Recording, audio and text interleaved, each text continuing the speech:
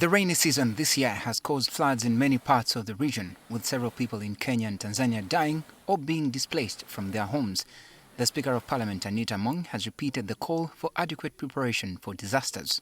Considering our location of Lake Victoria, which receives comparatively higher average of annual rainfall, there is need for us to prepare.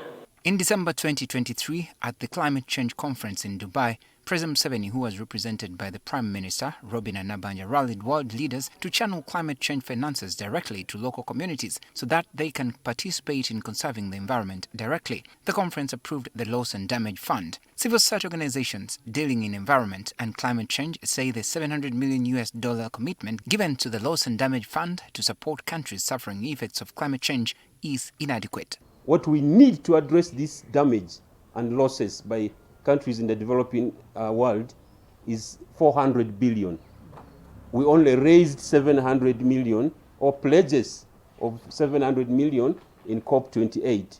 Money is in the equation of climate justice, because we should be putting money where the solutions are. As the impacts intensify, it is imperative that we take urgent and decisive action to mitigate further harm and build resilience.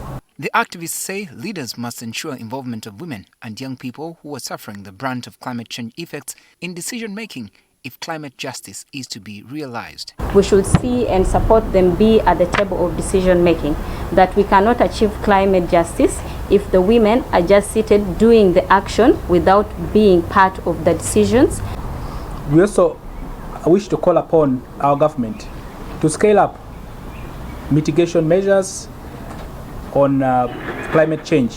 For as long as the people most affected are not represented in the Loss and Damage Fund, and then it is likely that the funding will not be effective. The Climate Justice Week of Action runs up to the 17th of May. Benjamin Jumbe, NTV.